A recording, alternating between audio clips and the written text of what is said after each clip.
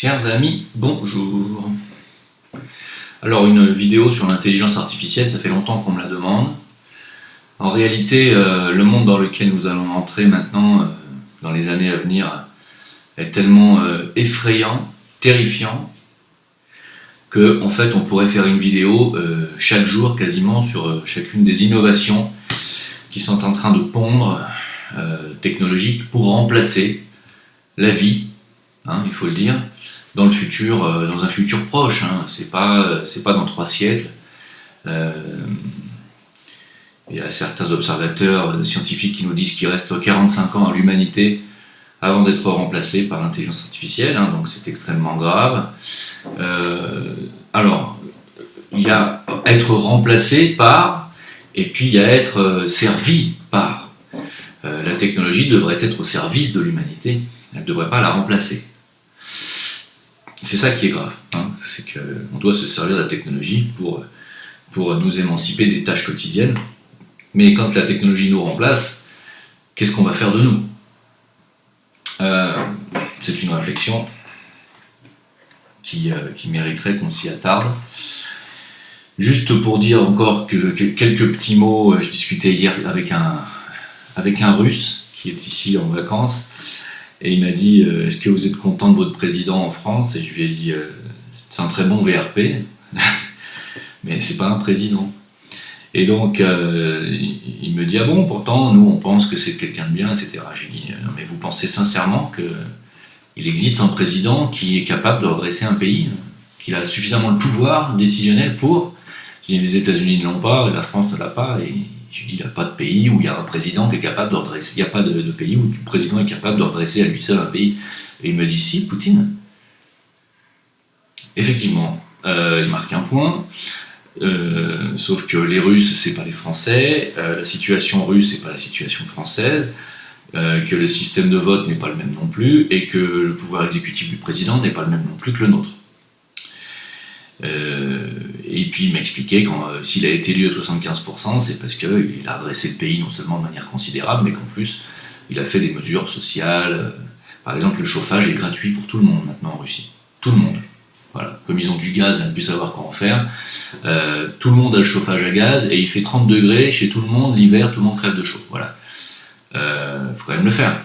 Imaginez en France un président qui arrive et qui nous dise à partir de maintenant vous ne paierez plus l'EDF, ni le GDF, ni rien du tout. C'est gratuit. On en est loin. Bref, c'était une parenthèse. Et juste pour dire que nous, comme on passe notre temps à diaboliser la Russie, on ferait bien de se regarder dans la glace. Quand je vois les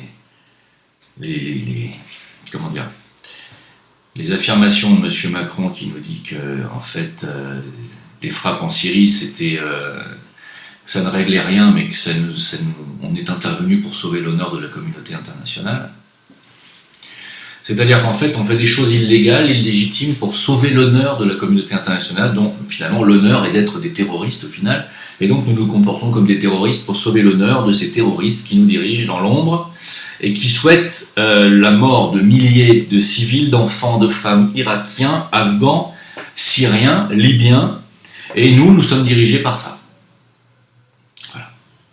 Ou par des gens qui représentent cet idéal, et qui donc frappent des pays, juste pour sauver l'honneur de la communauté terroriste internationale, finalement. Occidentale, bien entendu. Et on passe notre temps quand même à descendre la Russie, dont le président élu récemment à 75% au suffrage universel, est un président qui, lui, rend le chauffage gratuit pour les Russes. À vous de voir, de quel côté vous vous situez. Moi, je trouve ça purement hallucinant. Voilà. Donc, comme hier soir, on disait sur le chat Discord, pour ceux qui y ont participé, en réalité, pourquoi rien ne change ? Rien ne change parce que nous ne sommes pas assez nombreux à être éveillés, même si chaque jour, 1, 2, 3 personnes s'éveillent dans votre entourage, c'est déjà superbe, c'est magnifique. Mais on n'est pas du tout au pourcentage qui ferait basculer les choses. Il faudrait qu'il y ait au moins un quart, un tiers des personnes éveillées, on n'est pas à 10%. Alors, je pense qu'on n'est pas... on est nombreux, parce que 10% c'est déjà beaucoup, mais on n'est pas à ça, je pense pas. Non, il y a encore des gens qui s'imaginent vraiment que Macron va sauver le pays, quoi. Donc tant qu'on en sera là, si vous voulez, on ne va pas arriver à grand chose. Donc, Je vais attaquer le sujet proprement dit et vous parler de choses qui vont peut-être, et je l'espère, vous faire bondir. En tout cas, tout ce que je peux vous dire, c'est que tout ce que je vais vous annoncer dans les minutes qui viennent, tout est vérifiable, et d'ailleurs je vous conseille de le vérifier par vous-même, que je vous conseille aussi de le partager à ceux qui n'arrivent pas à se réveiller, parce que c'est très important de partager l'information. Je pense qu'à notre niveau, c'est la seule chose qu'on puisse faire, c'est partager l'information afin qu'un maximum de gens se réveillent. Ce monde à venir étant terrifiant, la peur, la terreur peut-être parfois aider les gens à ouvrir les yeux. Donc, servons-nous de cette peur pour leur ouvrir les yeux, même si le réveil est très difficile, j'en conviens, une majorité des gens qui me disent quand je me suis réveillé, j'ai eu envie de vomir. Mais ça m'a fait la même chose.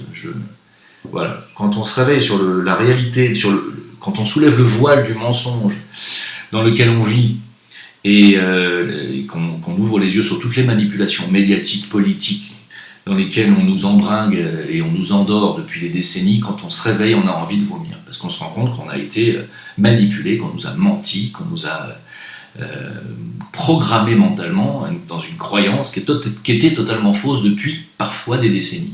Il y a des personnes septagénaires qui m'écrivent en me disant « Mon Dieu, je viens de me rendre compte que ce que vous dites, c'est vrai. » À 70 ans.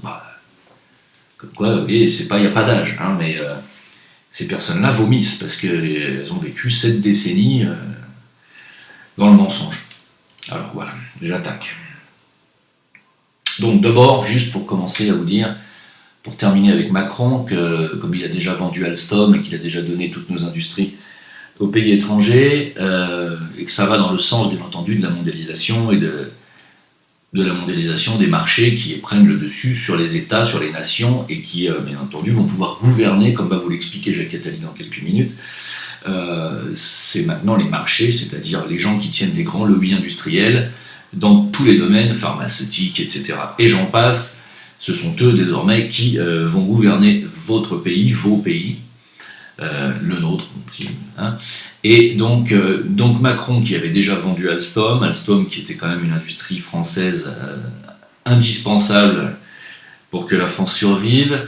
Après que je crois que c'était Giscard qui avait cédé nos autoroutes, ou c'était peut-être Mitterrand, à moins que ce soit Sarkozy, je ne sais plus, qui a cédé nos autoroutes à De Vinci, alors que les autoroutes sont françaises, rapportent 1 milliard d'euros à peu près par an de bénéfices, 1 milliard d'euros par an qui devraient être redistribués au moins au peuple de France. Eh bien, ils ont cédé les autoroutes à De Vinci. Eh bien, Macron vient de faire exactement la même chose avec les barrages électriques français, c'est-à-dire les grands barrages, vous savez, qui forment les lacs artificiels qui permettent d'avoir de l'électricité sûre, non polluante, et qui rapporte plus d'1 milliard d'euros aussi de bénéfices chaque année à la France. Eh bien, il vient d'en céder minimum 40% à des privés, sachant que EDF ne pourra pas avoir plus de 60% dans l'avenir, pas plus. Donc ça veut dire qu'il pourra en avoir moins. Voilà à quoi on a affaire aujourd'hui. On a affaire dans notre pays à des gens qui ne sont pas des présidents, qui représentent le peuple ou qui veulent sauver le pays. J'espère que vous l'avez bien compris cette fois. Je crois que c'est quand même pas sûr du tout.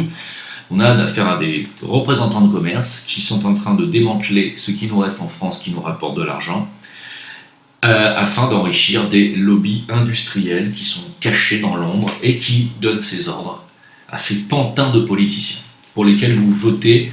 Même si on me dit qu'il n'y a que 16% des Français qui ont voté pour Macron, que ce soit 16, 26 ou 30%, quoi qu'il en soit, il n'a pas eu la majorité et il ne l'aura jamais. Et il décide au nom du peuple français, donc en notre nom, en votre nom, en mon nom, à aller tuer des enfants, des femmes, tout en disant qu'il faut quand même qu'il faut respecter la communauté internationale. Je sais pas, tout ça, il faudrait quand même qu'à un moment donné, les gens se rendent compte. Parce que ça peut pas continuer comme ça. Moi, si je fais des vidéos en expliquant le côté obscur de ce qui se passe dans le monde aujourd'hui, c'est pour que les gens ouvrent les yeux là-dessus. Moi, ça ne me plaît pas de regarder cet aspect du monde. Je préférais faire des vidéos instructives sur la façon de méditer, et d'ailleurs, on va y venir bientôt. On va venir à des méditations positives, de pensée positive, on en a parlé hier aussi sur le chat de Discord.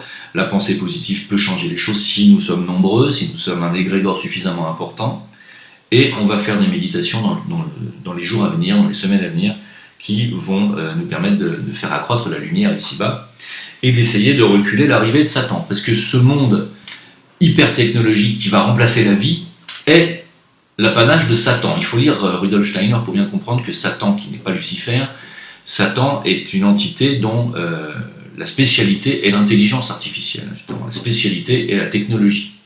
Nous sommes en train d'entrer dans une ère satanique. Voilà. Donc sachez-le, c'est pour ça qu'il y a une inversion des valeurs dans tous les domaines. Alors, on va commencer par les enfants, par exemple. Quand on a c'était pas une ministre, c'était une sénatrice, Laurence Rossignol, qui déclarait en 2013 en France que les enfants n'appartiennent pas à leurs parents, mais qu'ils appartiennent à l'État. Je cite Laurence Rossignol, charmant petit oiseau du nouvel ordre mondial. Eh bien, on apprend parallèlement que la scolarisation pour les enfants français sera bientôt obligatoire dès l'âge de 3 ans. Vous allez me dire, oh, bah, c'est bien là, dès l'âge de 3 ans. Les bien-pensants vont dire, bah, pourquoi pas, ça va les éveiller plus tôt. Alors, oui, sauf qu'on les retire plus tôt de la cellule familiale, c'est ça le but. C'est de les retirer le plus vite possible de l'emprise familiale. Voilà. Et ça va dans le sens, bien entendu, de ce que vient de dire cette sénatrice, ex-sénatrice. C'est abominable. Ces gens-là sont des gens abominables. Ils travaillent pour un idéal qui est un idéal abominable. Voilà. Et donc, on va prendre un petit bout de chou à 3 ans. Il y en a qui vont y trouver leur compte parce que ça leur permettra peut-être d'éviter de payer la crèche, et il y en a que ça va arranger.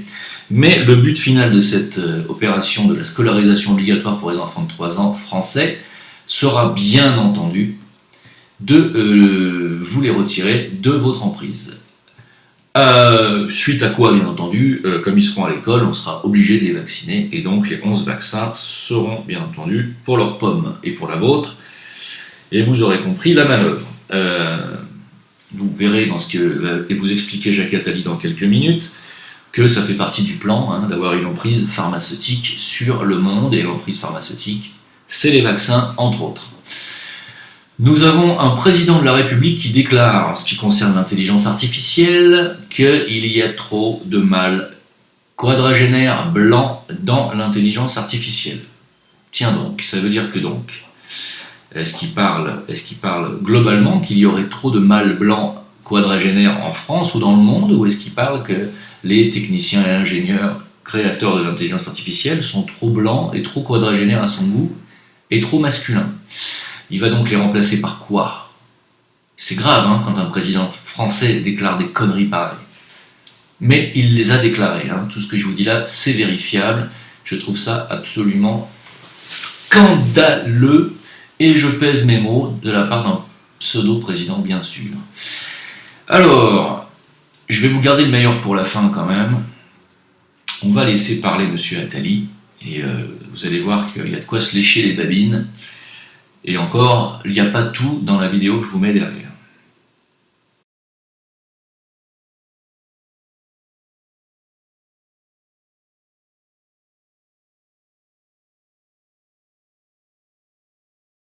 C'est que le président de la République n'a plus de pouvoir, ou beaucoup moins de pouvoir, en tout cas, qu'avant.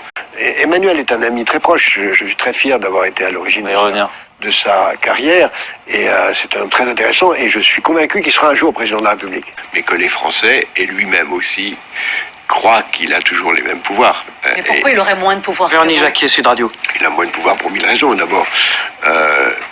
Pour de bonnes raisons. Il n'y a plus la peine de mort.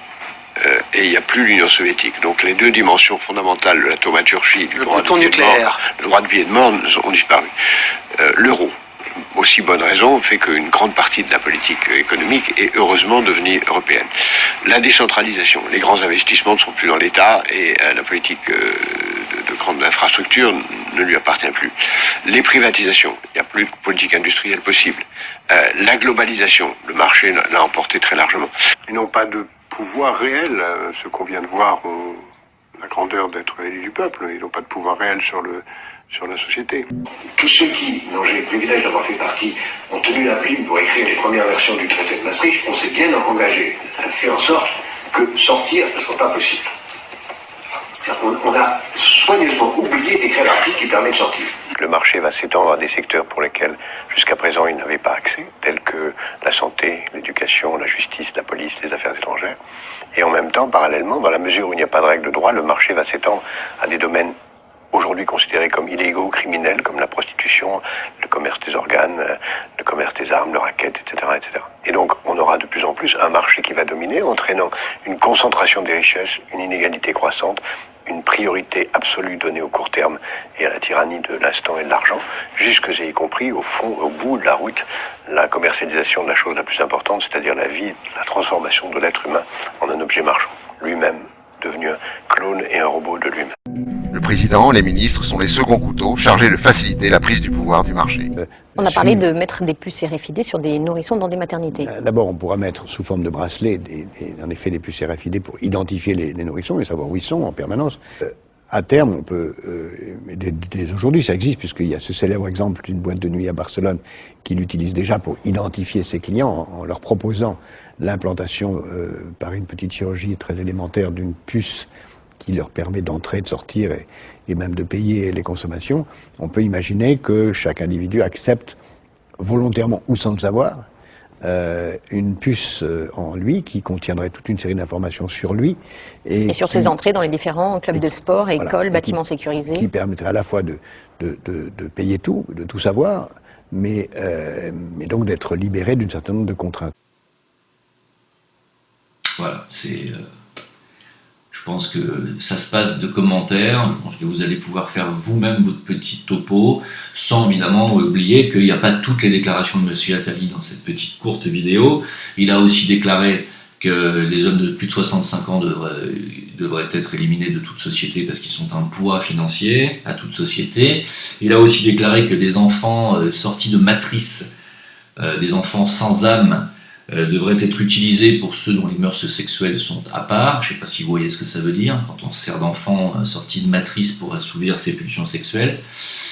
Et des choses comme ça, et j'en passe, et j'en passe, et j'en passe. Voilà le monde effrayant de M. Attali, membre des Brites, cette franc-maçonnerie judaïque, 100% juive, qui est la maçonnerie des maçonneries, c'est-à-dire celle qui dirige, qui donne ses ordres aux autres. Et voilà pourquoi M. Attali est toujours là, toujours dans l'ombre des présidents qui sont élus les uns derrière les autres. Pourquoi il est toujours en fond de teinte, il donne ses ordres, parce que c'est l'agent de l'État profond en France, c'est l'agent du système, c'est l'agent de ceux qui dirigent vraiment ce monde et qui veulent que Satan arrive et dirige ce monde par la technologie, par le remplacement des enfants, par le contrôle des peuples, et par votre remplacement par l'intelligence artificielle.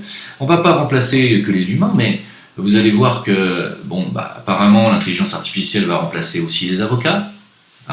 Voilà. Il va y avoir des avocats qui vont être des robots dans l'avenir. Ils souhaitent aussi remplacer les artistes, mais ça, je leur souhaite du courage, parce que pour remplacer les artistes, ça sera beaucoup plus difficile, mais pour l'architecture, c'est possible. Pour la peinture, dans une certaine mesure, ça va être possible, mais pas trop, parce que les artistes, les peintres ont cette faculté de justement avoir la vision astrale, ce que ne pourra jamais avoir une machine. Et pour les musiciens, ils ont la faculté d'entendre la musique sur le plan mental supérieur, ce qui ne sera pas non plus le cas d'une machine. Donc, pour les artistes, ils y repasseront. Voilà, il va remplacer l'homme dans la chaîne de l'évolution d'ici peu, nous dit-on. Pourquoi pas, Au Japon, il y a déjà un robot qui va remplacer 34 salariés dans une société d'assurance. Voilà, c'est demain. Voilà, donc comme je vous dis, c'est absolument effrayant et il n'y a pas seulement les humains qui vont être remplacés, vous allez voir, je vais vous envoyer une petite vidéo qui va vous faire halluciner. Voilà, donc il s'agit de robots pollinisateurs pour remplacer les abeilles. Évidemment, ils savent que les abeilles sont en voie de disparition avec nos pesticides qui polluent les nappes phréatiques et bien entendu qui font crever toutes les abeilles en France et en Europe. Et ils ont compris que si les abeilles mouraient, il n'y aurait plus de vie.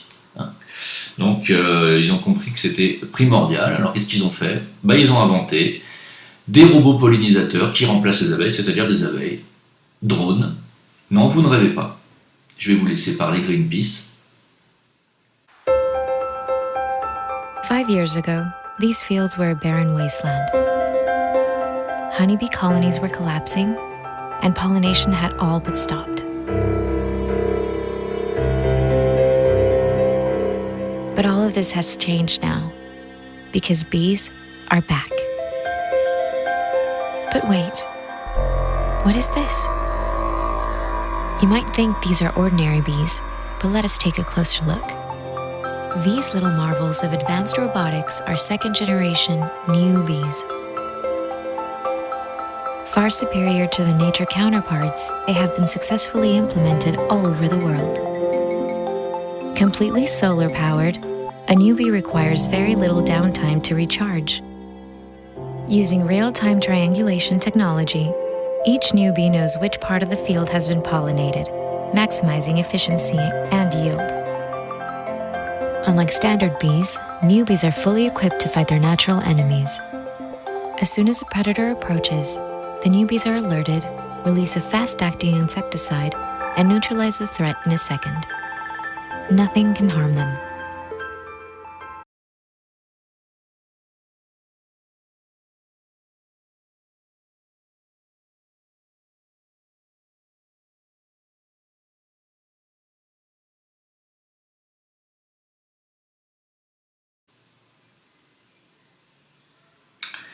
Elles sont invincibles, elles ont du pesticide en elles pour pouvoir tuer tout éventuel prédateur, et elles peuvent polliniser un champ. Alors, à la limite, on va dire, bon, on pourrait s'en servir, c'est pas si con que ça, il y a des endroits où les abeilles ne vont pas, elles ne peuvent pas aller partout, pourquoi pas? Mais remplacer les abeilles par des robots, c'est un monde effrayant. Voilà, c'est effrayant, et on en est là, et ce n'est que le début. Mais ça veut dire qu'ils ont la technologie, bien entendu, pour remplacer un être vivant. Alors, pour le miel, par contre, à mon avis, il faudra y repasser, hein, parce qu'on aura toujours besoin d'abeilles pour faire du miel. Parce que je ne pense pas qu'un robot puisse fabriquer du miel et fabriquer de l'acide formique. Je ne vois pas comment. Et encore moins de la gelée royale, qui est la nourriture de la reine qui fabrique les abeilles. Donc, on en est là. À quelle heure les gens vont se réveiller? Je ne sais pas ce qu'il faut leur dire, je ne sais pas ce qu'il faut leur faire. Mais une chose est certaine, et je voudrais finir sur une note positive, c'est que de toute façon, quoi qu'ils fassent, et jusqu'où ils puissent aller, cela joue en notre faveur. Parce que chaque fois qu'ils font quelque chose d'effrayant, ça réveille du monde. Tôt ou tard, les gens se réveillent. Alors, évidemment, s'ils se réveillent une fois qu'on nous a mis la puce sous la peau, et une fois qu'on nous a bien conditionnés à bien obéir, à ne pas se rebeller et à se comporter en esclave, ça servira plus grand chose de se réveiller, c'est sûr.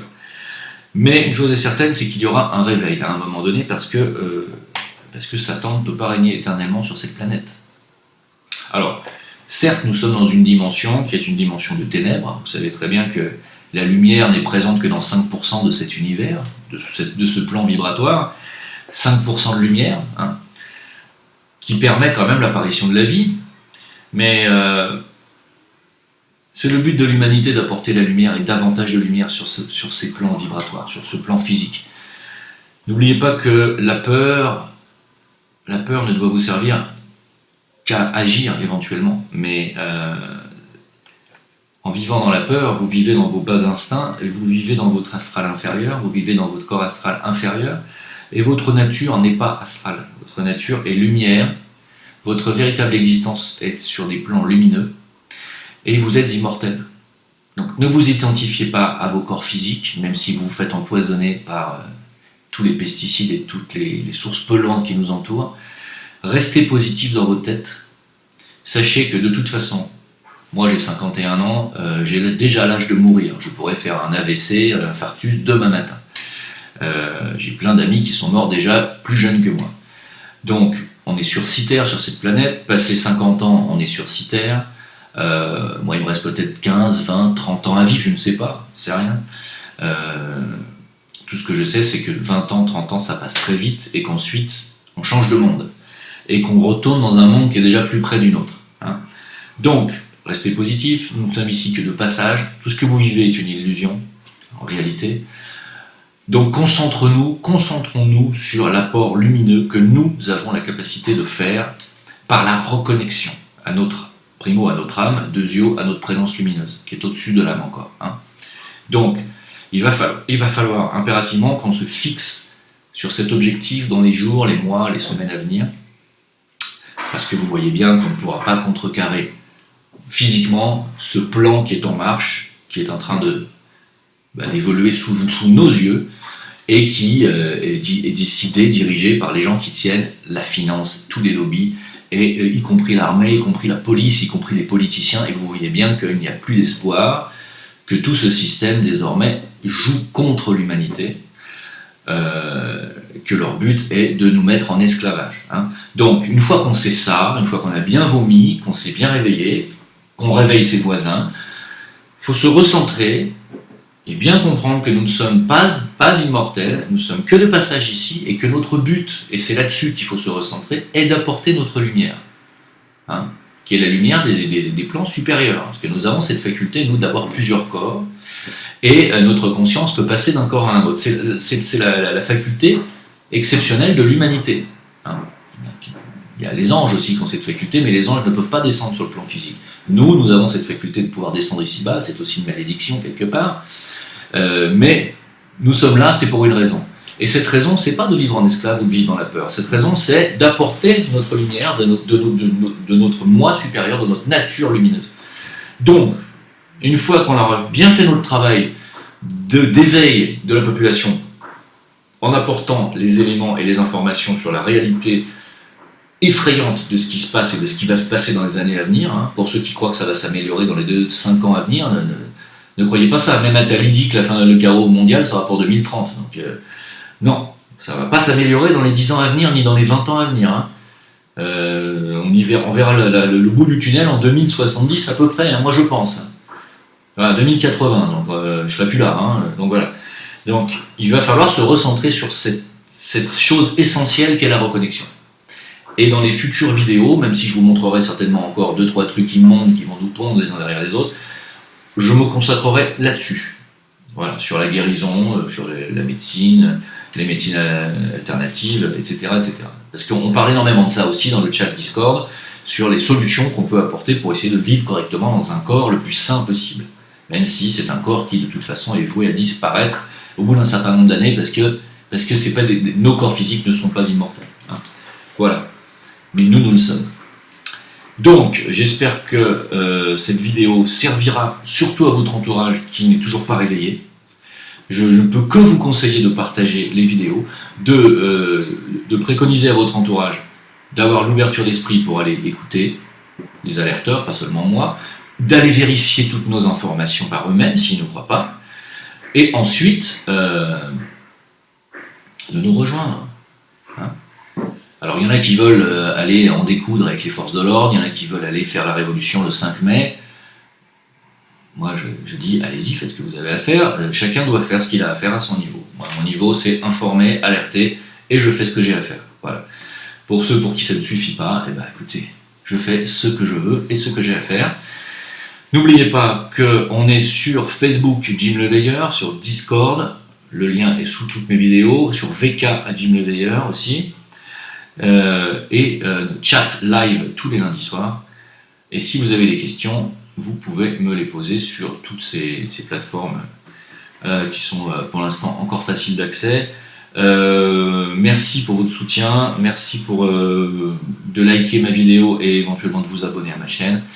Et puis merci de votre soutien financier pour ceux qui m'ont tipé grâce à Tipeee qui est juste en dessous aussi. C'est très gentil à vous, puisque de toute façon YouTube démonétise maintenant systématiquement quasiment toutes mes vidéos dès que je commence à parler un peu du nouvel ordre mondial ou de tout ce qui peut se passer de scandaleux sur cette planète. Voilà, à bientôt, merci à vous, au revoir.